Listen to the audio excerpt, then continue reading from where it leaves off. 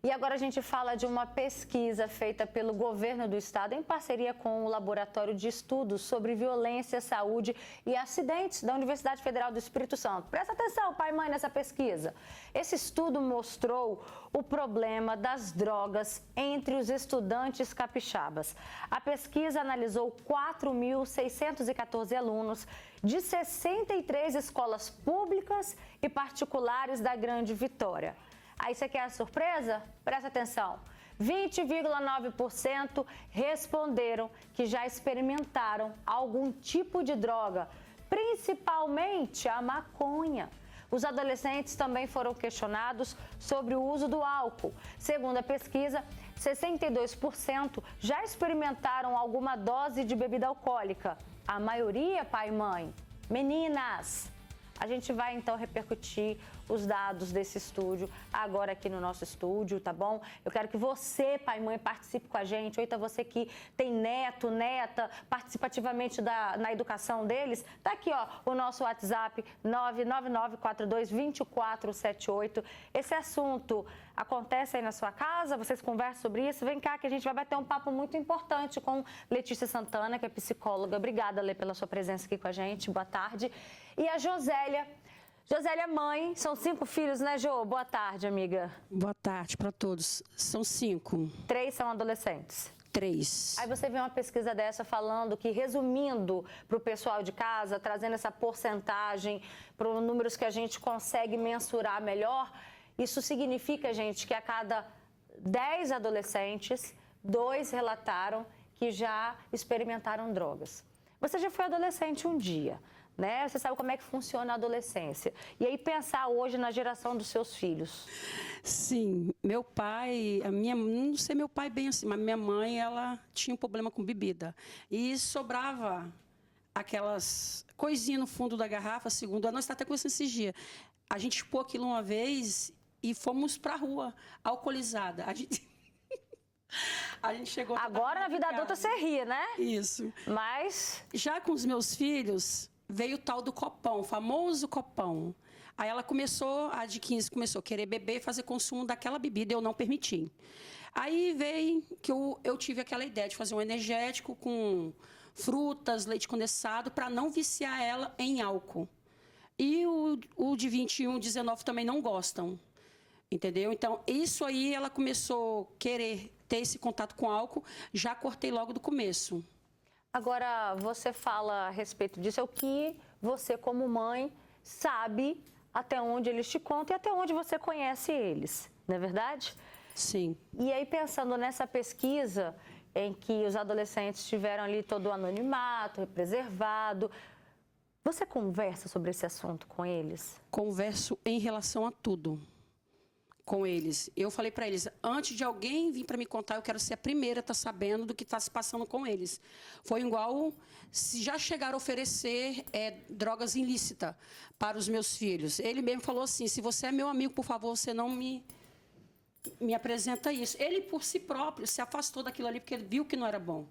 Então, se o pai e a mãe orientar a criança ou o jovem sobre essa droga ilícita, eles não vão fazer uso. E outra, melhor ainda, quando o pai e a mãe não usam, porque é incentivo, entendeu? Letícia, é um número que chama bastante atenção. O que tem levado os adolescentes a quererem esse tipo de experiência?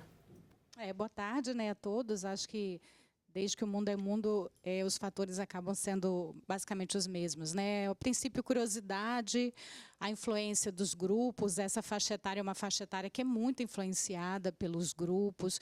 Muitas vezes também um mecanismo de fuga, entendendo que o álcool e outras drogas também trazem essa sensação, né, de entorpecência e bem-estar. E esses são basicamente os principais fatores. E aí, quando a gente vê aquela frase, né? Será que amigo realmente influencia amigo? Na prática, isso existe? Existe, né? Principalmente quando se trata dessa faixa etária de adolescentes e jovens, onde existe uma força muito grande de autoafirmação que acontece dentro do grupo, né? E aí, se esse grupo, ele realiza essa prática, automaticamente esse adolescente, esse jovem, se sente também motivado a fazer uso. Mas uma coisa que a Josélia colocou também que é muito importante é que o uso do álcool dentro da casa também é um fator de motivação também também para que esse adolescente comece a fazer uso cada vez mais cedo. Então, quando ela colocou a questão do fator de proteção, né, que ela colocou a questão do diálogo e o fato dos pais não usarem, dela não usar e automaticamente isso influenciar diretamente os filhos, isso também é um fator de proteção considerável. Nessa pesquisa, o que chama atenção é para as meninas também, tá? A gente não precisa excluir os meninos não, mas as meninas trouxeram um percentual a mais que chama atenção. Você tem menina em casa, a sua conversa, o seu diálogo com a menina é diferente em comparação ao menino? Não. Por causa de que os meus 2 meninos já pegam o foco para trabalhar. Eu não tive aquela vida de viver em panelinha. Então, eu criei meus filhos já fora daquilo. Mas eu tenho um comércio, então não fica fora de escapar de estar vendo as outras pessoas consumindo. De um jeito ou de outro, sempre vão ver. Então, as meninas, elas principalmente, elas têm medo de chegar perto, por causa da violência de uma pessoa quando está consumindo esse tipo de coisa. Isso é o que você vê, isso é o que você vê. Que elas falam comigo. Mas não é o que a pesquisa mostra. As meninas, elas estão se arriscando mais, com menos medo em relação às drogas, às bebidas. Por que, Letícia? Assim, vou dar uma resposta bem generalista, né? É uma coisa que a gente observa na pesquisa, que um dos motivadores das meninas fazerem mais uso de álcool, drogas ou até mesmo entorpecentes, essas questões todas, está muito relacionada à questão mesmo da autoestima. Muitas vezes, até por conta das redes sociais, essas meninas, elas são muito bombardeadas pela comparação, isso que acaba interferindo diretamente também na própria saúde emocional delas. E aí, a busca pelo álcool e a busca pelas drogas está diretamente relacionado a essa questão emocional. Ao contrário dos meninos, via de regra, que vão mais em busca de impulsividade, de aventura, de riscos. Então, os motivos acabam caminhando aí em direções diferentes. Mas, claro que as meninas também, elas estão muito mais ativas do que em gerações anteriores, né? Já recebi um comentário aqui no nosso WhatsApp, inclusive convido você, tá aqui embaixo o nosso QR Code, tá vendo ele aqui? Você pode pegar a câmera do seu celular para facilitar a sua vida, você aponta a câmera, vai aparecer aí um espaçozinho para você clicar, clique e já vai direcionar diretamente aqui para o nosso WhatsApp. E teve uma participação de uma pessoa que diz: boa tarde, Roberta, esse tema aí é muito importante, pois muitos jovens na faculdade, principalmente, conhecem outros jovens e ali começam a fazer uso das drogas, aí desistem as más companhias, né? Aí corrompem os bons costumes. E olha, não é só na faculdade não, tá? A gente está falando de adolescentes que têm ali a partir de 12 anos, às vezes até antes. E o que mais chamou atenção também nessa pesquisa, gente, é que revela um número alto em escolas particulares também. Às vezes o pai e a mãe estão ali, suando para pagar a conta, a mensalidade no final do mês, e o filho está fazendo o quê? Né? E o número de estudantes que admitiram nessa pesquisa, que fazem o uso de drogas é maior na escola particular. O pai e a mãe que está ali suando para pagar a mensalidade nem imagina o que ele está fazendo ali depois da aula às vezes, né? Pois é, o fator renda também é um fator que há de ser considerado, porque dependendo da condição de renda da família, existe também o próprio consumo dentro de casa. E as pesquisas apontam que quando o álcool ele é disponível dentro de casa, esse adolescente ele tem uma inclinação a fazer uso cada vez mais cedo. Então, se existe uma disponibilidade maior, não só da cerveja, mas outras formas também de inserção do álcool, isso também aumenta o consumo, né? Quero só levar um alerta importante para os pais, que essa pesquisa, gente, ela revela que esses estudantes que a gente está aqui falando, eles disseram que já experimentaram drogas. Não quer dizer que eles fazem o uso contínuo. Aí daqui a pouquinho a Letícia vai explicar para a gente qual é a chance do experimento poder se tornar ali um uso contínuo. Mas antes, pela internet, a gente vai conversar agora com a Lohane. Ela tem 3 filhos, não é isso, Lô? Obrigada pela sua participação. E você? O que você percebe a respeito desse assunto? Eles trazem alguma curiosidade desse universo para você? Boa tarde, amiga. Boa tarde, Beto. Boa tarde, todo mundo. Na verdade, eu tenho 4 filhos, 4, né? Perdão. Sendo 3, né? 2 adolescentes e um jovem já, né? Que já vai fazer 22, o meu mais velho. Ouvindo, né? A gente conversando sobre esse assunto e ouvindo a doutora Letícia, ouvindo a outra mãe aí, eu acredito, Beta, muito no poder da influência. Né? A influência. Então, assim, quando o meio que você vive, ele já te traz essa influência para o consumo, tanto do álcool quanto da droga, a probabilidade da pessoa crescer e ser um usuário ou já ter experimentado sem ser usuário, isso é muito grande, né? Porque é o meio que a pessoa vive. Isso eu falo de mim, como eu já trouxe aqui no programa outras vezes, né? Falando sobre o meu testemunho mesmo de vida. Então, aí como eu lido hoje, orientando os meus filhos nesse quesito, eu, tanto na própria realidade mesmo, né, do mundo que a gente está, das estatísticas, dos estudos e daquilo que a gente vê e vive, como do que já me ocorreu no meu passado, né?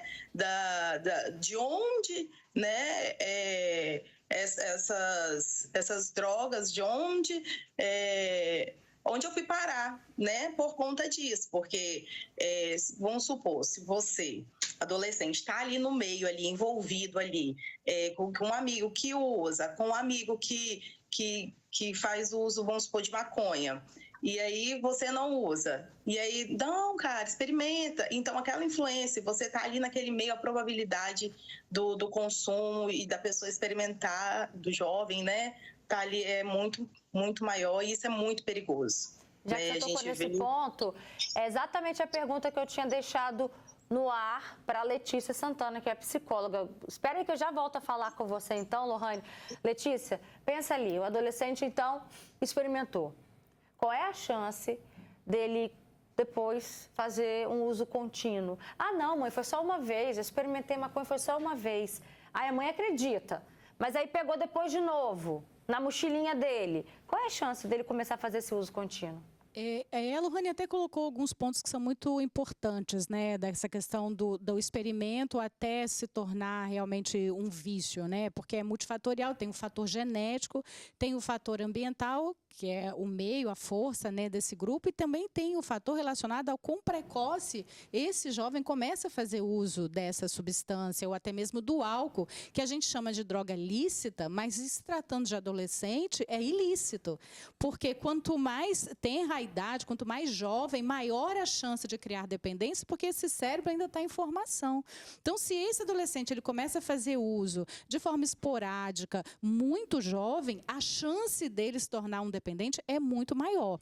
Agora, se o pai, se a mãe, se o responsável viu que esse filho teve acesso, é importante que ele tenha uma presença ativa de diálogo, de conversa, de participação, de imposição de regras, como ela mesma colocou, não quero, não vai, não gosta, não te faz bem. E é importante que essa família esteja muito próxima para que a proximidade familiar seja um fator de proteção. Porque se você encontrou uma vez, ele fala, ah, não, mãe, nunca mais. E aí você se afasta desse jovem, desse adolescente, a chance dele ser influenciado pelo esse meio que ofereceu é muito grande.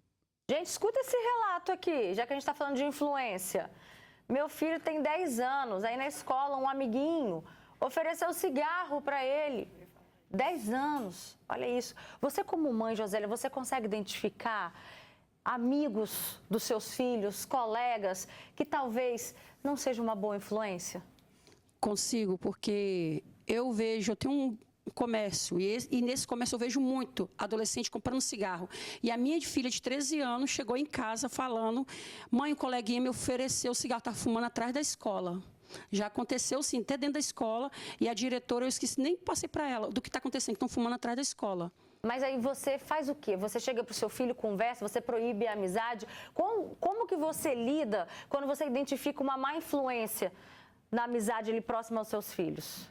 Simplesmente eu falo para me afastar, mas nunca deixar de dizer um oi e um olá, porque não pode discriminar a pessoa pelo mau hábito dela, porque isso gera daquela pessoa que faz esse uso, caso acabar até mesmo agredindo o seu filho por causa daquilo de se sentir rejeitado. Então, como é que assim, a gente não pode atirar pedra, e sim caçar um meio de tratar, a se afastar sem estar prejudicando aquela criança, aquele jovem, aquele adolescente, porque eu mesmo não vendo cigarro para menores. Mesmo, até porque entendeu? É crime. Né? Ou bebida alcoólica também não, porque já aconteceu de chegar passando mal e eu acabar sendo responsável. Então, eu não vendo. Entendeu? O famoso copão é perigoso. Já vi crianças jovens chegar com coma alcoólico, caindo e eu ter que ajudar, entendeu? A gente não pode normalizar isso, né? Isso. Não pode. Letícia, Como que a gente sabe se os nossos filhos, a gente consegue identificar se eles estão trazendo essa verdade pra gente? Mãe, olha, eu tenho um amigo que ele fumou maconha, ele me ofereceu. Tem filhos que talvez contem para os pais. Tem filhos que não vão contar, porque, já tomei minha decisão, não vou falar nada para minha mãe. A gente consegue distrair essa verdade deles? É importante que você conheça seu filho, você conheça o padrão de funcionamento desse filho, você saiba minimamente com quem esse filho se relaciona, até mesmo nas redes sociais, nas relações ali da escola, com os vizinhos próximos. Então, conhecendo o seu filho, sabendo como o seu filho funciona, você consegue perceber uma mudança de comportamento. Se ele estiver aí andando com pessoas, né, que não tragam uma influência positiva, ou se ele estiver fazendo uso de alguma droga, possivelmente esse comportamento ele vai mudar. Talvez esse filho fique mais silencioso, ou mais agressivo, ou mais recluso. Então, percebendo essa mudança, esteja próximo, seja esse agente ativo, com uma escuta ativa, tentando se aproximar dentro das possibilidades, porque a sua presença é sim um fator de proteção para o seu filho e faz muita diferença. Tem muitas pesquisas que dizem, Roberta, que só o fato de você dizer para um filho, quando ele sai, dizer assim, olha, eu não quero que você beba por causa disso, disso e aquilo, pensando num adolescente de 12 a 18 anos, você não tem idade para isso ainda, depois dos 18 anos você está livre para fazer suas escolhas. Só o fato do pai oferecer essa orientação, isso já faz diferença. Reforçar, então, Reforçar, né? E é todo dia, todo tempo. Não já conversei com ele sobre isso. Não é uma vez na vida. É toda vez que o filho for sair, então, ter esse diálogo. Isso faz diferença, de verdade. Assim, é importante que os pais eles se apoderem, né, desse lugar e persistam. Olha esse relato dessa mãe que diz, eu criei minha filha na igreja e aí quando ela tinha 14 anos, ela foi para as drogas. Começou com a maconha, aí depois foi para a bebida. Quem a influenciou foi uma amiga da igreja que eu tinha maior confiança e hoje não mora comigo. Você imagina, né, para uma mãe, a mãe e o pai ali diante dessa descoberta fica diante de um sentimento, de um lado, uma decepção, porque você pensa assim, poxa, mas eu eduquei. Olha essa mãe falando que educou na igreja. E, ao mesmo tempo, um sentimento de revolta, de o que eu faço agora? Como que ela lida com esse assunto, depois que ela descobriu? Pois é, a gente não tem controle sobre todas as variáveis, né? Mas uma coisa que a gente sempre fala aqui, no que se refere à criação de filhos, é não desistir. A gente não pode desistir dos nossos filhos. Então, se você criou na igreja, se você fez de forma toda correta e o resultado não foi satisfatório, você continua tendo a sua postura, você continua sendo modelo, você continua aceitando, você continua orientando, educando, se posicionando de forma correta, que é o caminho, não tem outra forma, né, de fazer diferente. Você espera que dê certo, então não tem outra forma.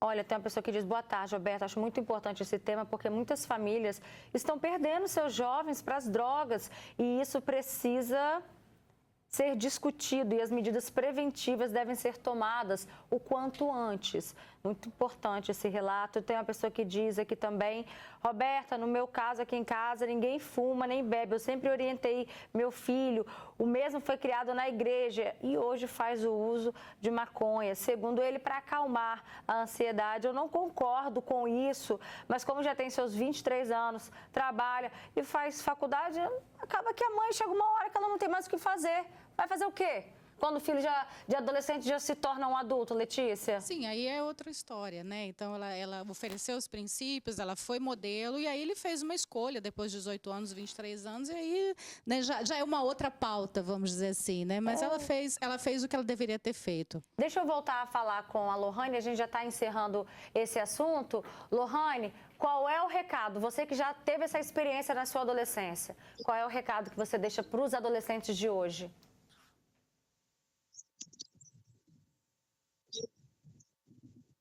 A gente perdeu o contato com a Lohane. Depois... Opa, voltou. Pode falar, Lohane, para a gente finalizar o assunto. A gente perdeu realmente o contato com a Lohane, mas eu tenho certeza que a resposta, conhecendo bem todo o relato de vida da Lohane, é para não se envolver. Não experimente. Essa é a verdade, né? Obrigada pela participação de vocês. Obrigada, Jô. Manda um beijo para os seus filhos, tá? Dá um beijo nas crianças. Obrigada também, Letícia. Uma boa tarde.